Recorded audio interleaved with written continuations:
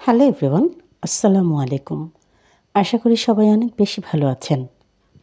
আলহামদুলিল্লাহ, আমিও ভালো আছি। আজকে আপনাদের সাথে আমি শেয়ার করতে যাচ্ছি অতি ফেমাস একটি খাবার। সেটি হচ্ছে ডিম চপ বা এগ ডেভিল। এখানে আমার লাগছে সেদ্ধ আলু, যা আমি ম্যাশ করে রেখেছি, আর লাগছে ডিম, কাঁচামরিচ, শুকনো মরিচ, কাবাব মশলা আর কিছু মশলা। তাহলে শুরু করা যাক। প্রথমে একটি প্যানে আমি তেল দিয়ে নিচ্ছি পরিমাণ মতো। সেই সাথে এখানে আমি দিয়ে দিচ্ছি একটি বড় সাইজের কুচি করে রাখা পেঁয়াজ। এই পেঁয়াজগুলো আমি ততক্ষণ ভাজবো যতক্ষণ না পর্যন্ত সফট হয়ে আসছে। এবার এখানে আমি দিয়ে দিচ্ছি শুকনো মরিচ কুচি। এই কুচি করে রাখা শুকনো মরিচ একটু ভেজে নিয়েই তার মধ্যে আমি দিয়ে দিচ্ছি আদা ও রসুনের পেস্ট। এখানে আমি হাফ চা চামচ করে ইউজ করেছি আদা ও রসুনের পেস্ট। আর তারই সাথে এখানে আমি দিয়ে দিচ্ছি কাঁচামরিচ কুচি। এখানে 3টি কাঁচামরিচ কুচি করে রেখেছিলাম। এবারে সব মশলাগুলো একটু ভেজে নিচ্ছি যাতে করে আদা ও রসুনের যে কাঁচা গন্ধটা আছে তা চলে যায়।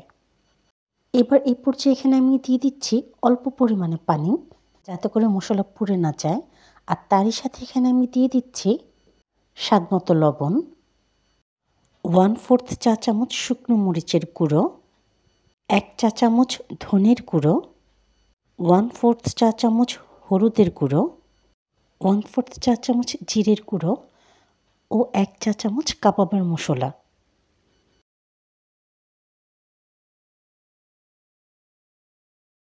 এবারে সবগুলো উপকরণ খুব ভালো করে কষিয়ে নিব, যাতে করে মশলার কাঁচা গন্ধ না থাকে।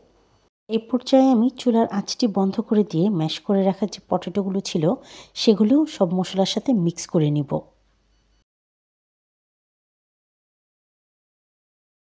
মিশ্রণটি যখন খুব ভালো করে মিশানো হয়ে যাবে, এই পর্যায়ে একটি প্লেটে ঢেলে আমি মিশ্রণটাকে ঠান্ডা করে নিব।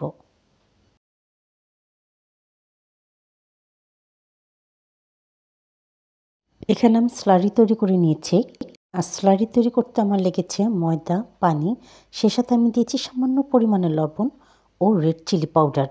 আর ডিমগুলোকে আমি কেটে 4 ভাগ করে নিয়েছি, আর তার উপরে লবণ ও শুকনো মরিচের গুঁড়ো ছিটিয়ে দিয়েছি, তাতে করে টেস্ট ভালো আসবে। আমি কিন্তু এখানে কথা বলতে বলতে এগ ডেভিলের শেপ তৈরি করে নিয়েছি, আপনারা দেখতেই পাচ্ছেন। তারপরেও আপনাদের সুবিধার্থে আরেকটি করে দেখাচ্ছি। আমার কিন্তু এখানে চপ রেডি করা হয়ে গেছে। চপ বা এগ ডেভিল যাই বলি না কেন একই জিনিস। এবার আমি এগুলোকে স্লারিতে ডিপ করে খুব ভালো করে কোট করে নিব ব্রেড ক্রাম্বসের সাথে।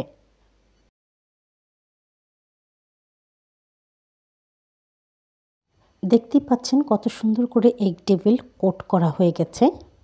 এবার আমি আপনাদের সুবিধার্থে আরও একটি করে দেখাচ্ছি। আমার সবগুলো এগ ডেভিল কিন্তু কোট করা হয়ে গেছে। এবার এগুলোকে আমি ডিপ ফ্রাই করব। ভাজার জন্য আমি তেল নিয়ে নিচ্ছি পরিমাণ মতো। আমি এগ ডেভিলগুলোকে ডিপ ফ্রাই করব। তেল যখন পুরোপুরিভাবে গরম হয়ে যাবে, তখনই আমি এখানে এগ ডেভিলগুলো ছেড়ে দিয়েছি, যাতে করে ভেঙে না যায়। Please to subscribe, like, comment, share more and more. যাতে করে আমি খুবই মোটিভেট হয়ে যাই এবং ভিডিও বানানোর আগ্রহটা অনেক বেশি বেড়ে যায়।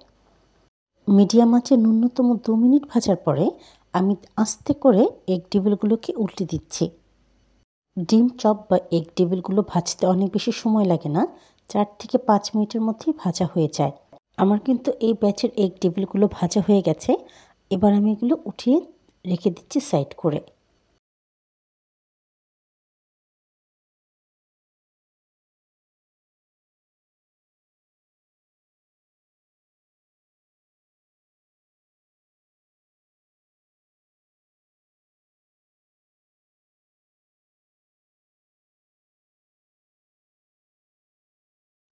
ঠিক একই প্রসেসে আমি ভেজে নিচ্ছি পরেরগুলোও।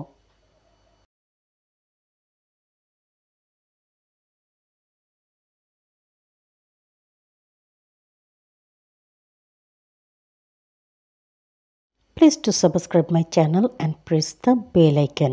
তাহলে নোটিফিকেশনটি সবার আগে আপনার কাছেই যাবে আর ভিডিওটি সবার আগে আপনিই দেখতে পাবেন। আমি 3টি ব্যাচে সব এগ ডেভিলগুলো ভেজে নিয়েছিলাম। এবার আমি আপনাদেরকে সার্ভ করে দেখাচ্ছি। দেখতেই পাচ্ছেন দর্শক, কতটা সুন্দর লাগছে দেখতে। আলহামদুলিল্লাহ, এর টেস্ট ছিল অসাধারণ।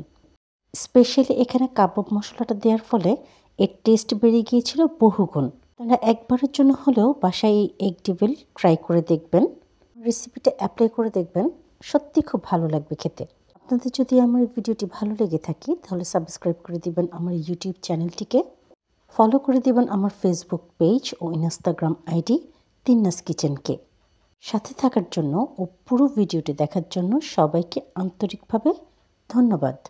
ইনশাল্লাহ দেখা হবে পরের কোনো নতুন ভিডিওর সাথে। ততক্ষণ তিন্নাস কিচেনের সাথেই থাকুন। ধন্যবাদ সবাইকে।